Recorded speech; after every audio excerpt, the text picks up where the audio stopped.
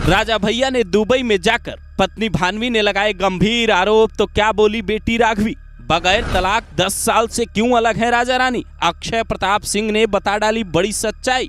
कौन है ज्यादा अमीर, रघुराज प्रताप सिंह या पत्नी भानवी? जानिए कितना मांगा है गुजारा भत्ता। कुंडा के राजा का अपनी रानी के साथ क्या विवाद है? रोज नई नई कहानियां सामने आ रही है, पर अब तक बच्चे इस लड़ाई से दूर थे। पहली बार राजा भैया की बेटी राघवी सिंह ने इस पर कुछ ऐसा बोला है जिसे सुनकर आप भी हैरान होंगे, पर उस बात पर आए उससे पहले आपको इस लड़ाई का अपडेट देते हैं। 6 दिन पहले दिल्ली के सफदरजंग एनक्लेव थाने में भानवी ने अपने पति के खिलाफ FIR दर्ज करवाई। राजा भैया पर क्रूरता करने के आरोप लगाए। भानवी ने जान का खतरा बताया, सुरक्षा की मांग की। नवंबर 2022 में साकेत कोर्ट में भानवी ने तलाक की अर्जी दी थी।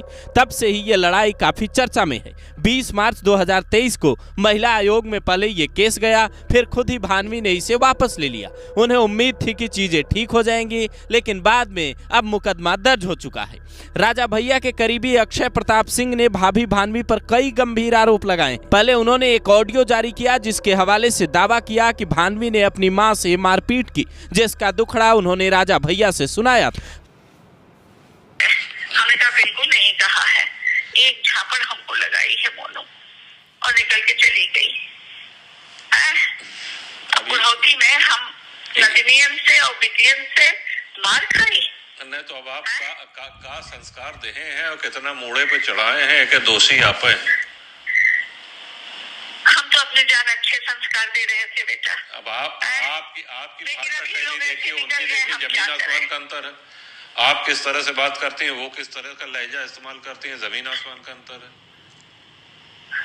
हम इस ऑडियो की पुष्टि नहीं करते, लेकिन भानवी सिंह ने इससे भी गंभीर आरोप अपने पति पर लगाए हैं। उनका दावा है एक महिला पत्रकार के साथ उनके पति के अवैध संबंध है, जो कोलकाता की है और उस समय दुबई में रहती थी। हालांकि राजा भैया ने इन आरोपों पर कुछ नहीं कहा, लेकिन एक सवाल हर किसी के मन में है कि अगर दोनों के बीच तलाक नहीं हुआ तो फिर 10 साल से ये लोग अलग क्यों हैं? भानवी सिंह का दावा है कि राजा भैया ने सितंबर 2020 में ही उन्हें घर आने से मना कर दिया था, जबकि अक्षय प्रताप सिंह इससे अलग दावा करते हैं। उनका कहना है भैया इस पर कुछ नहीं कहते, लेकिन मैं जरूर कहूंगा कि जिस तरह से भानवी सिंह विश्वमन कर रही हैं और राजा भैया की छवि धूमिल करने की कोशिश कर रही हैं, वो किसी भी पत्नी के लिए शोभा नहीं देता। यही कारण है कि भैया उनसे पिछले 10 सालों से अलग रह रहे हैं। इनका दावा है भानवी सिंह ने 100 करोड़ रुपए और 25 लाख रुपए प्रति महीने की मांग की है ताकि वो स्टाइलिश जीवन जी सके। हालांकि दोनों की संपत्ति देखें तो आपको अंदाजा हो जाएगा कि राजा भैया अमीर हैं या फिर उनकी पत्नी भानवी सिंह। रघुराज प्रताप सिंह जहां भद्री रियासत के राजकुमार हैं, तो वहीं भानवी बस्ती राजघराने से ताल्लुक रखती हैं। 2017 के चुनाव में राजा भैया ने अपनी संपत्ति 14 करोड़ बताई, जबकि पत्नी की संपत्ति 6 करोड़ बताई।